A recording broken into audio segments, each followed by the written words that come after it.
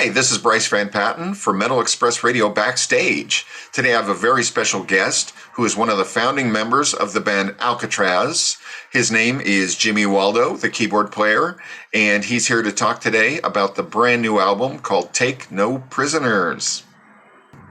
Alcatrazz, you've just about to release Take No Prisoners, a follow-up album to Alcatrazz 5. Can you talk a little bit about the band's sound and what makes an Alcatrazz album an Alcatrazz album?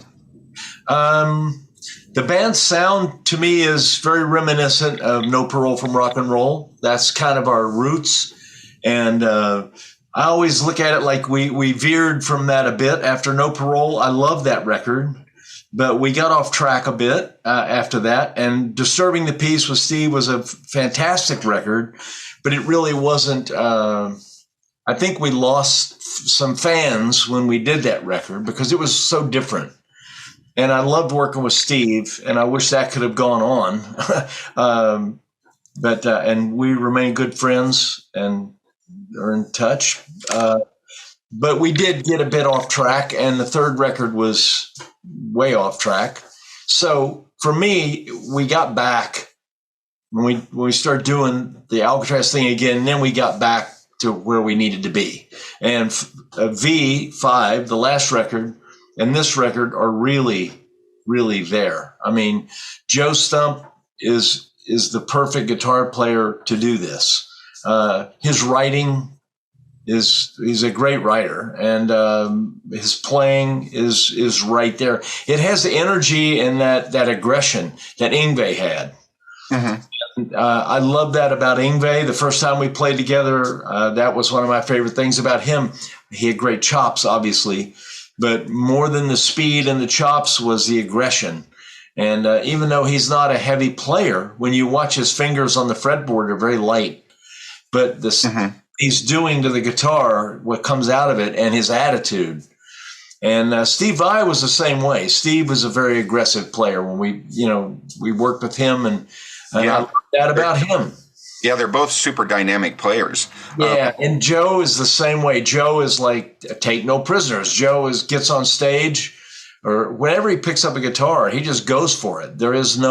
He does not hold back. Yeah. Would you say though? I know you mentioned you got a little off track on the second album, but don't you feel you also might have gained fans? I think we gained some, yes, because from touring, I see people that we do sign those records. There are some people that bought them, but the record at the time just didn't sell at all, which I couldn't figure out because I thought it was a fantastic record. And I agree.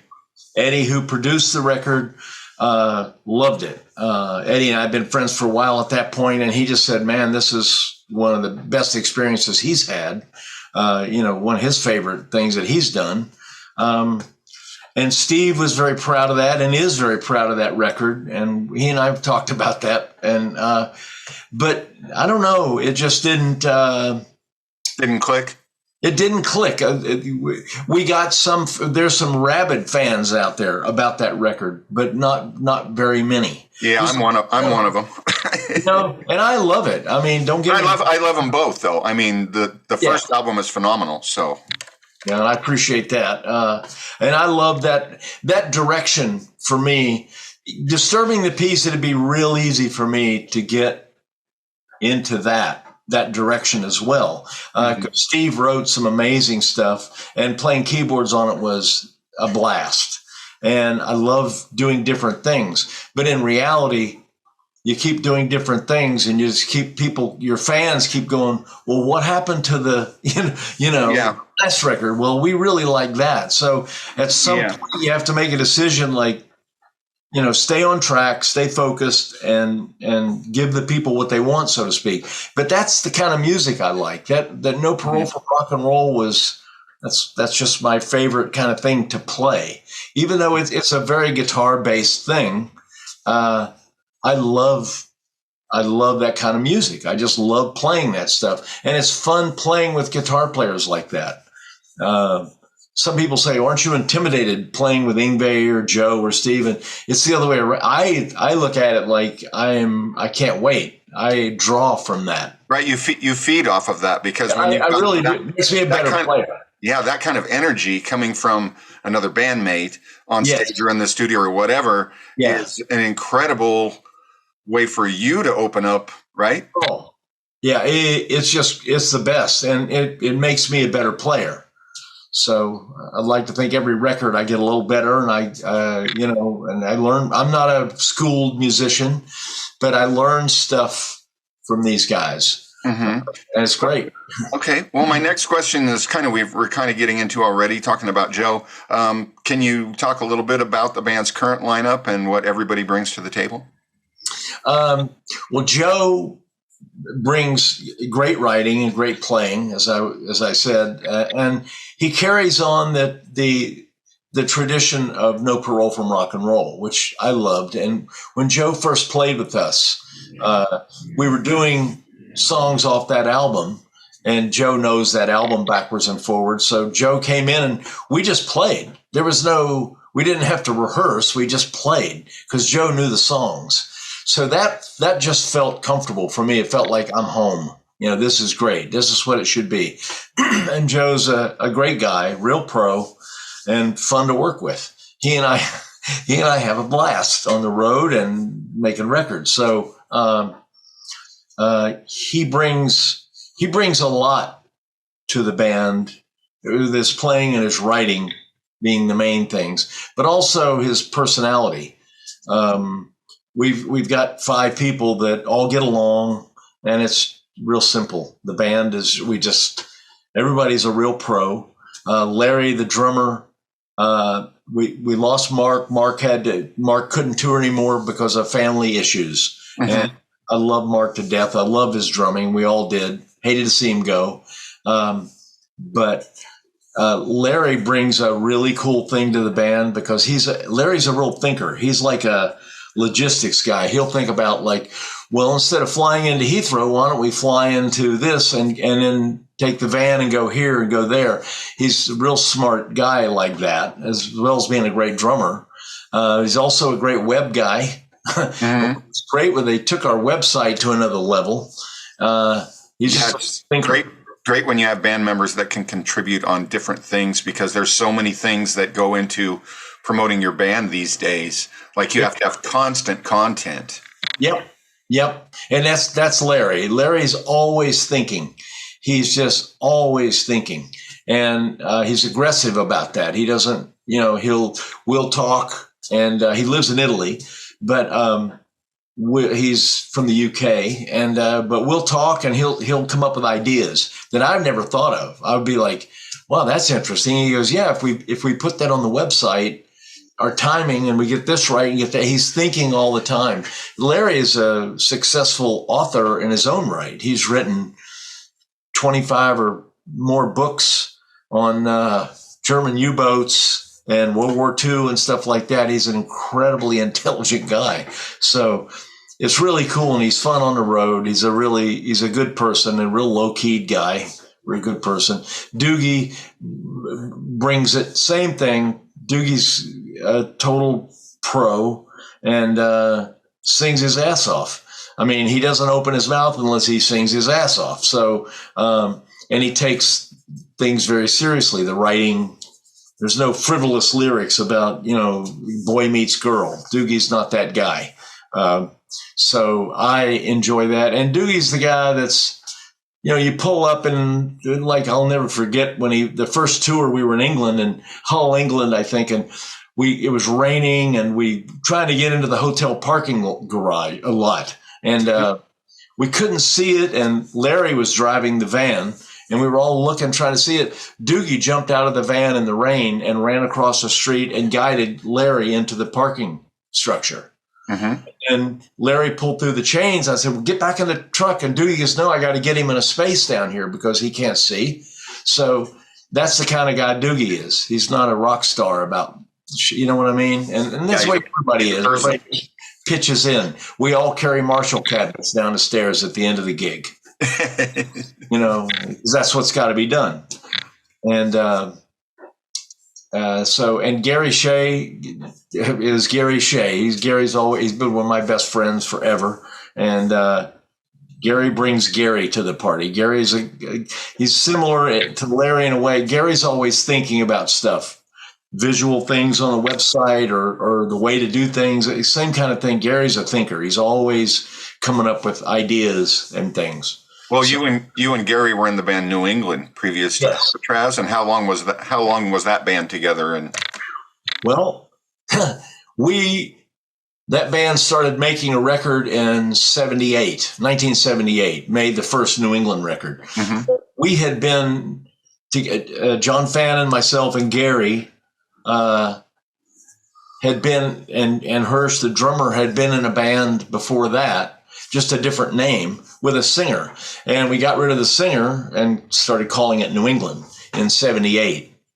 And so Gary and I have been playing together since 73, wow. 74, something like that. Forever, basically. Off and on, yeah, forever. Yeah, exactly. And the Alcatrazz thing was a real natural thing for us. We both loved that kind of music. So Gary got contacted by Graham's manager at the time, and we both jumped on that, got together with them and met, and away it went. Can we talk a little bit about your recording process? And I understand that you co-produced the album, and kind of what, as a producer, how you approach creating a record? Well, these days, we all don't live in the same city, obviously. So it's a challenge. But Joe, I'll take just one song. So Joe will write a song, say, and then he'll send me the tracks, and we go, yeah, that's a great idea. Love that. So then we'll send that to Doogie. And if Doogie feels it, because the singer's got to feel it to write over something.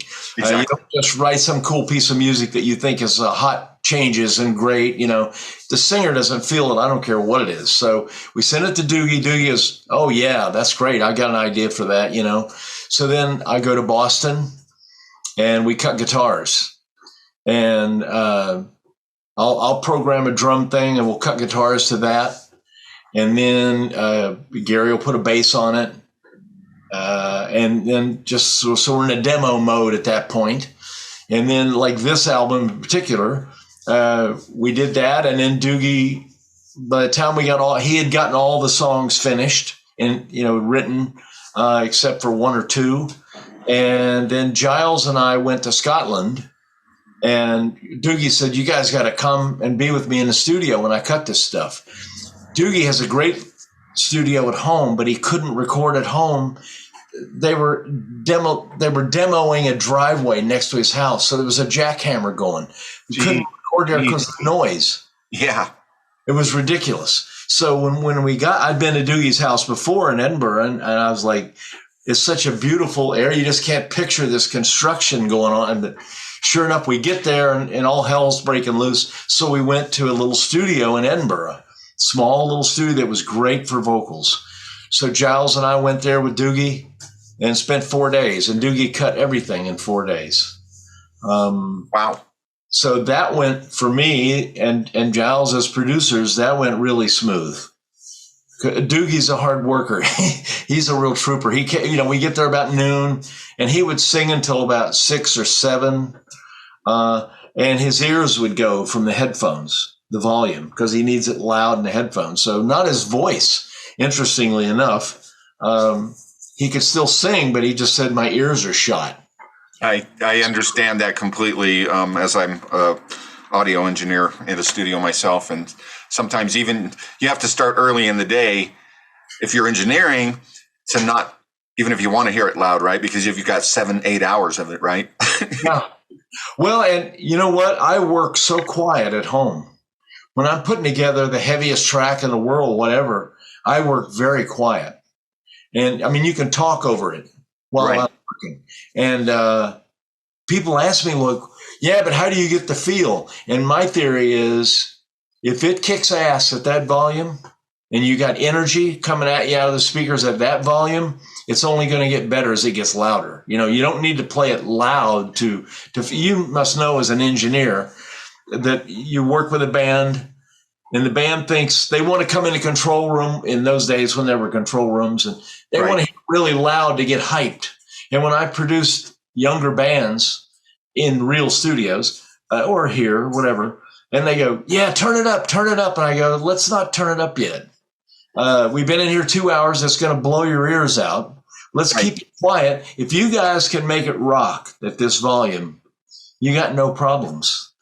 And exactly. It should sound good. It should sound good really turned down low to where you can barely hear it. You should still hear a perfect mix. Yeah, listen to a Judas Priest album at the lowest volume in the world. You get it immediately. You know what I mean? Absolutely. I got the new Saxon record, the last one, and we're friends with those guys, and I was really anxious to hear it. But I put it on, and it just happened to be at a very low volume, and I didn't touch anything because it just kicked ass. It sounded great. Great album. I've always felt that you don't need stuff loud. So as a producer, I always think, make it happen with sparseness, get it working with a guitar, bass, drums, and maybe a keyboard. If you can get it rocking at that at a low volume, and people talk about, when I'm programming drums, I don't use the big hypey drum kit. I use some great programs that have all these huge drum sounds, and I don't use any of that. I use very dry, in-your-face drums. And I just don't like being hyped. I like the music to do the talking. And if the song comes alive, man, then you start adding stuff like, bigger drums or a lower bass or whatever, then it really starts to rock.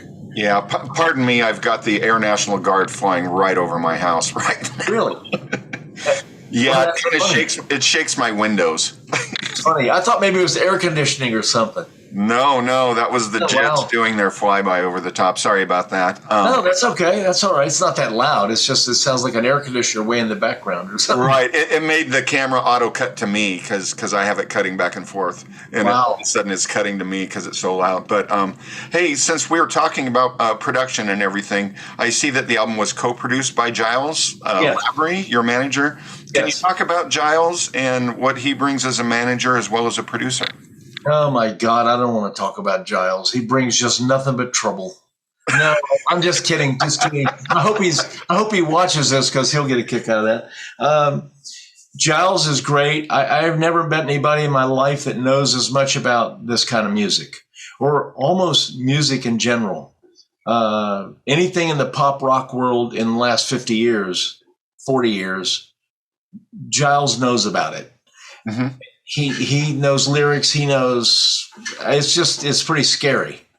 And so Giles has got an amazing feel. We write a song and he immediately will go, yeah, it's not really killing me. I thought this was better, that was better. And then I may argue with him or Joe may well, really? Don't like that? What are you kidding? And then we write another 5, and we go back and sure enough, that one didn't make the record. Right. And you listen to it against the others, Giles is right. It doesn't have the quality or the groove or whatever. And lyrically, he's really good. He'll make comments about Doogie's lyrics sometimes, not often, because he really likes Doogie's writing. But once in a while, he'll say, that line, and he'll come up with an idea. And Doogie may not use his lyric, but he'll say, oh, I know what you mean. And then Doogie will rewrite the thing. But Giles and he's a real song guy. He's great with arrangements. He'll hear a song, and I'll think it's done. And Giles goes, yeah, but for me, it's not getting off the ground after the second chorus. Right.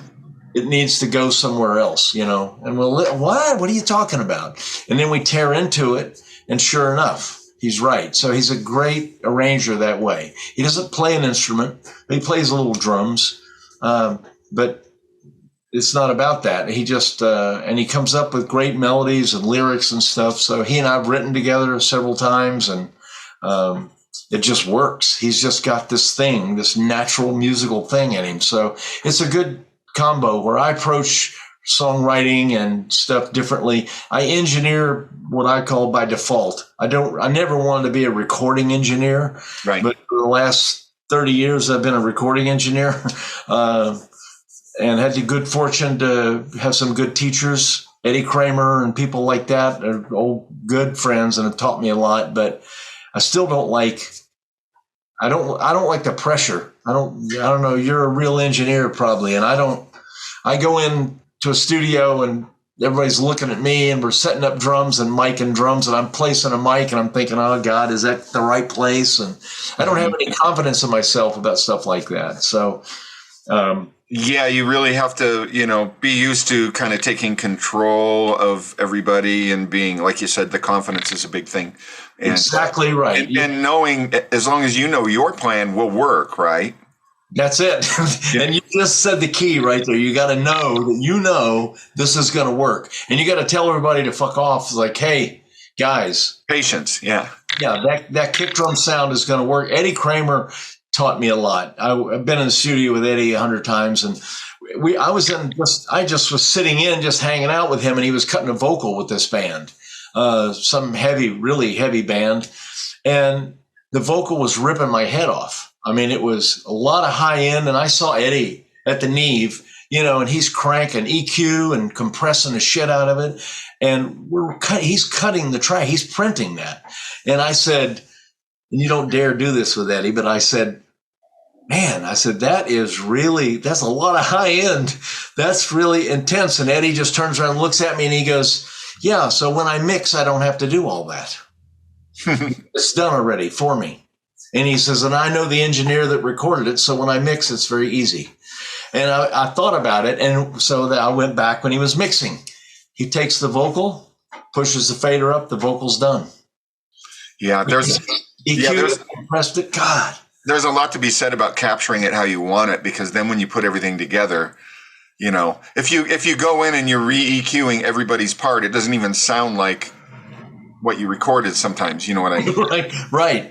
You work so hard to get your keyboard sound the way you want it, or the guitar player's like, so picky about his amp, his pickups, his pedals, you know what I mean? And then you have some engineer just tweaking the crap out of it. Yeah. Well, and the second New England record, we worked with Mike Stone from Queen and all that. Mm-hmm. And Michael was the best. Great engineer. And we were in the studio and I was doing some Mellotron stuff. And we had done like 3 tracks of Mellotron, overdubbing and making it big and full and everything. And Michael, same thing. He's EQing the Mellotron and I'm listening. I'm sitting in the control room right between the speakers and it's loud. Michael worked very loud. And I said, man, you're taking all the bottom off you're rolling out some really cool stuff on the Mellotron. Why are you doing that? And he goes, it'll sit in the mix better. Right. It's going to sound huge in the mix. And I go, yeah, but now I'm arguing with him, in a fun way. We're just kind of goofing around. But I kept thinking about that. And same thing when he mixed that Mellotron, you couldn't get rid of it. It was there and present and big, no matter where you put it in the mix. It was so that I learned a lot, That's what awesome guys to kind of get pointers from, you know what I mean? Oh my God, I was so lucky. And at the time, I had no intention of being an engineer. Right. I never did. I just a writer, keyboard player. But by default, as the years have gone on, the budgets don't allow to hire guys. We don't have the budgets to go into a studio and pay the engineer in the studio. It's like it has to get done. Somebody's got to do it. So I do it. Yeah, the whole business, as far as that goes, has pretty much changed unless you're one of the biggest bands, And but bands now, like you guys do, a lot of times they'll one guy's going to track parts, you'll bounce parts back and forth. One guy could be in Italy, or whatever, right? Chicago. That's it. Wherever, and then a lot of times, the drums will get taken in a real studio, but a lot of guys do their parts at home. We did Larry's drums. I took a Behringer 18-channel mixer. That's a curse word, that Behringer word. That they make like a wireless mixer with mic pre's, and 18 mic pre's. I took that and a suitcase of Shure microphones. And I went to Italy. and I took some spares, and it all fit in a suitcase, a big suit, my touring suitcase, and I got to Italy, and Larry had the mic stands and the cables, so I saved on the weight because I couldn't afford to pay $1 million in excess baggage. Oh, absolutely. So we get to Italy, and we just set up in the room, and I mic'd the stuff up, and we just went for it. It took about a day to get a decent drum sound to where Larry was comfortable. Right. And I had a laptop, and I took my headphone amp, a really good headphone amp, and 2 good sets of headphones. And that was important. So Larry's comfortable when he's playing. Because my theory is about cutting drums, the most important thing, it's not the drum room to me. You could cut drums in your bathroom. It almost doesn't matter. It's about the drummer's performance. And my experience is a drummer performs better unless he's a seasoned, session guy like Simon Phillips or something. But a drummer in a band that's not a session drummer, he needs the time to get comfortable and feel good about it. And you may not get the track that day. It may be a thing where let's move on and get another track. And then I said, I'll come in late tomorrow and you just play around with the track and get comfortable. And I come back at 1 or 2 in the afternoon and he's like, man, I've been playing it all day. I'm rocking. So you can't do that when you're paying $500 a day or $1,000 a day you just can't afford to do it. So now you have to take a less than great drum performance. The drummer's not happy. And, so I much prefer recording drums where there's no clock running. Yeah, that's the whole thing about the way it works now is that the fact that you're not in a big studio paying his fortune to where you have to say you're on a time schedule and a budget schedule, things have to be done. The way it is now, you can literally say, have your guy here, I'm going to put your tracks on loop. Why don't you play to him for a while? Let me know when you're ready to take one, get comfortable. And it's really no time, no budget, right? I'd rather pay you the money than pay for a building. Exactly. And you must know, I mean, Eddie Kramer, he's very, very, very picky about the studios for his drum sound. Sure. And for the kind of music I'm doing, none of that means anything. It's all about the sound of the drums, the individual drums, and the performance and the attitude. I mean, as long as the ceiling's not too close to the microphones, the overheads. Right. 8 feet is pushing it. That's pretty close. And the room has just a little bit of room for the mics to breathe. Mm-hmm.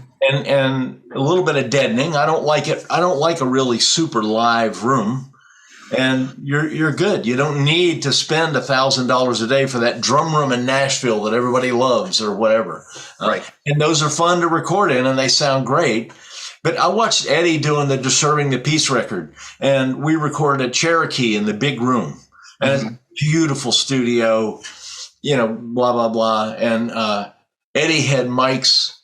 He had the overheads. Then he had another set of 87s or something about 20 feet away. And then in the back of the room, he had 47s way up high. He had all this beautiful ambience. And you look at the board, and there's about 8 tracks of just ambience. And I noticed as he's mixing, and I'm standing over his shoulder while he's mixing, and those faders kept coming down. So by the time he finished, there was very little of any of that ambience being used. Right. It was more just the natural ambience around the drums that was captured in the overheads. And that taught me a lot. And I love the drum sound on that record. Eddie did a fantastic job. And Jan Uvina, a great drummer. But it was the drumming more than the sound. Absolutely. I wanted to talk a little bit about how have fans been as far as accepting the version of Alcatrazz with Doogie versus Graham? Ironically, the fans have been fantastic. Our first tour with Doogie, I was ready for the worst. I thought, we're going to get a lot of people going to give us shit. Our first gig, I think our first gig was in England, and we played. People loved it, and nobody said a word about Graham. We finished the gig, and we were meeting some people after the show. It was just a club of maybe 200 people, and I thought, now we're going to get it. people are going to come into the dressing room, or we're going to be out in the crowd, whatever. And not one word. Nobody asked where Graham was or what happened. Everybody went, man, you guys are great. Oh, I love this song, and I like that song, and how come you did this song, and why didn't you do this song? And it was all about the music. So I just thought, wow. And that's the way the whole tour went. And there were people at some of those shows that didn't know who Alcatrazz was. They said, yeah, they kind of heard the name, but their girlfriend or their friend got them to go to the show. They just went to get drunk, and they loved us. So they didn't know Graham, Doogie. They just went to see the band. And I wanted to say, obviously both Doogie and Graham have those one-of-a-kind voices that once you know them, you know who it is. So for me, it doesn't remind me exactly of old Alcatrazz because of Doogie, and I think of Rainbow, and I think of If You See My Shirt, I think of Michael Schenker. Yeah. You know what I mean? And those guys are both they were both in Shankerfest together and friends. So it's really an interesting thing. Yeah, it is. I met Doogie. We played in Edinburgh, and Doogie came to just say hello to Graham and meet us.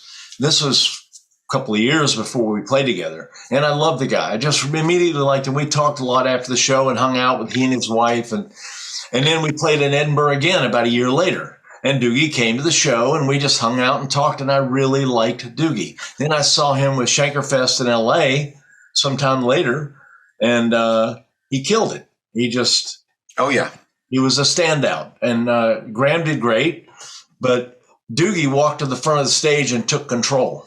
And that's the only way I know how to describe it. And Robin McCauley is a great singer. And my God, Gary Barton, I mean, they're great. And I've worked with Robin, and he's killer. But Doogie just walked up and just grabbed the mic, and he walks up to the front of the stage like, okay, so now let's talk, kind of thing, and the crowd just responded. And I saw that. And it's funny because my wife, who liked Graham as a person, she liked Graham. Obviously she'd known him for as many years as I had. And we knew Graham wasn't really happy at that point, but there was no talk of him quitting or anything. But my wife heard Doogie. She didn't know anything about Doogie. And she just looks at me and she goes, there's your singer. And I went, what?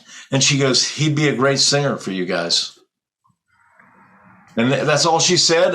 We didn't talk about it anymore after that, but she just had that intuition, so it's worked out great with him. And the fans, I haven't heard any rumblings. I've seen a little bit of, Facebook posts occasionally about people going, oh, this is a joke. And what are you thinking? And there's always those trolls out there that are just looking to throw a comment out, you know what I mean, to try and stir up trouble. And that's what it is. They're hoping that one of us will come back and they'll get in a thing, and they like that turmoil. I don't do Facebook for that reason because I'm not into politics. It's horrible to say, but I don't care. I don't get into politicians. I don't argue about Republicans and Democrats or their conspiracy theories and stuff. And I have my opinions, but I think music should be music, and politics and all that crap should be left for the politicians and people who want to talk about it in a different forum, but not on in my opinion, not on. I don't do Facebook because I don't like the negativity. Well, one thing, the moment you pick a side and start talking about politics, you've alienated a bunch of people. Yep. Right or wrong. And I saw an interview way back of John Fogerty in 1970 when there was a film of them playing in England, and they asked him about that, and he said he tries to write in the middle, kind of to where no matter who you are, you're gonna understand what's going on, or you're gonna put your meaning to it. Right, and that which is a great thing. And when you think about him, he write his classic songs were exactly that. They weren't Republican or Democrat. They were just commentary on certain things that might happen. Yeah, for the common man, Yeah, exactly. And I feel the same way. I mean, we don't write political songs. We don't get into that. We don't really talk much about it as a band. Everyone, somebody will make a comment on the road. We'll be in the van and we'll somebody will make a joke about somebody, a politician, and then it's gone. Then we're on to something else. So, which I'm happy about. I don't know how well I would do in a band where one guy is a really, zealot about that kind of shit. I would have trouble, I think. So, is there plans for a tour to support the new album? Yes. Well, we did tour in England recently, and we play Don't Get Mad, Get Even. We've been playing that since day one. So we're going to be playing, we're doing a festival in France, we're doing South America, and then we'll probably do, hopefully, knock on wood, the United States later. And I'd love to see you on the West Coast. Yeah, well, if we do the States, it'll be a lot of shows, both coasts. And the idea is to break it up. We'll do maybe 3 weeks on one half of the country, and then after the first of the year, come back and do the other half of the country kind of thing. So, and originally there had been talk of some Canadian shows, Vancouver being one of them. But the way things are now, nothing's written in stone anymore. You used to be able to say, yeah, man, we're going to tour, blah, blah, blah, Right. But shows get canceled, big bands that you think, how could they have canceled that? And it's just, it didn't sell enough to make it work for the promoter. So, or the band, whatever. Right. So nothing's written in stone anymore, I guess. I mean, unless you're Metallica, it seems. Yeah. Taylor Swift or Metallica, you're in business. You got no problems. Yeah. I just want to say real quick, if we get cut off, can you I'll start the chat again and can you jump back in? Do you still Absolutely. Have to I'll just click the link again. Okay, great. Because I see a little countdown because I don't pay the extra money. I know, and I don't blame you. Nah, it's no problem. Yeah, it's saying 2 minutes, but we'll go until it cuts us off, and then I'll start the chat again too. So okay. I'm good for another 20 minutes. So great. Really, I was going to ask what else 2023 has in store for Alcatrazz. Well, certainly touring. And then we're always writing. Joe Stump writes in his sleep, I think. He's always writing, always got a guitar in his hand, writing stuff and coming up with great ideas. And that's really the main, writing and touring. And then when we'll actually start on a new record, I'm not sure. It will depend on the touring. Hopefully there'll be a lot more touring this year. Things have, changed since COVID. Things have gotten better, but it's still not 100%. But I'm hoping, in another 3, 4, 5, 6 months, we'll be able to tour even more, and more shows will be coming in. But we do write on the road, and we do some recording of demos on the road. So we're always getting something done somewhere. So, but it'll be, just writing and touring. Well, I have one last question. I know you're about out of time, and we kind of touched on it earlier, but Alcatrazz with Graham, Alcatrazz versus Doogie. Can you just really quick, how do they feel different, and just a little bit on that? Sure. It feels similar. Graham was that kind of singer, and Doogie's that singer. Well,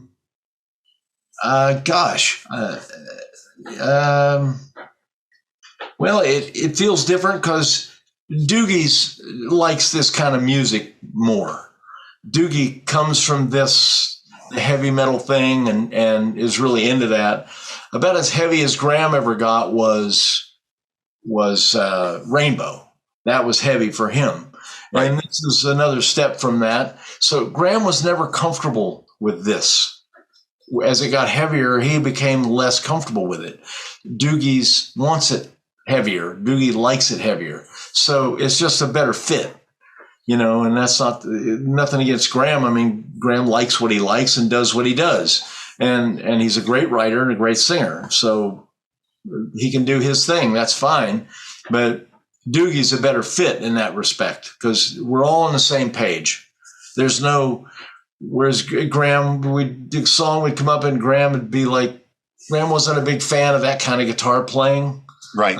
He would kind of was resistant to that, and I love it. I love that kind of playing. So, Doogie's a better fit because, again, Doogie likes that kind of playing and appreciates that kind of playing.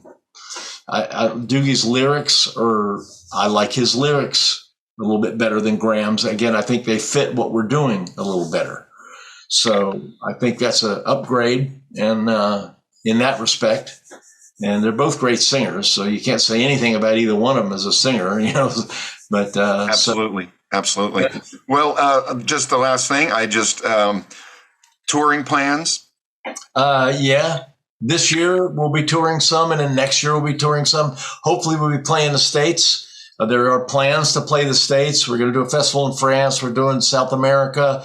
And then after that, hopefully, knock on wood, we play the States and maybe some Canadian shows. So it's things nowadays are a little bit more unstable. Even COVID's gone, so to speak, but it's still the remnants of it or whatever. People are nervous about, promoters, club owners, whatever.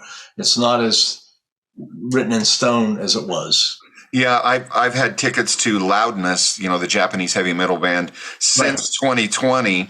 That they keep saying that they'll come to our club eventually, and then they were supposed to be here next week, and they've rescheduled again. And so I see what you're saying exactly, and we kind of feel it as fans. It sucks. But lastly, I just want to say I think the new album is really strong. I like the songs quite a bit. And people should definitely give it a listen. Take no prisoners. And I want to really thank you, Jimmy, for being my guest today. Oh, you're welcome. Thank you so much for being my guest in my house. And thank you for your time and interest. And I appreciate it. Yeah, like I say, longtime Alcatrazz fan. Love what you guys do. And just looking forward to seeing you live, hopefully on the West Coast. And we'll be there. And hearing more music. So keep making it for us. Okay, thank you so much. Thanks, Jimmy. All righty. Talk to you later. All right, bye. Bye.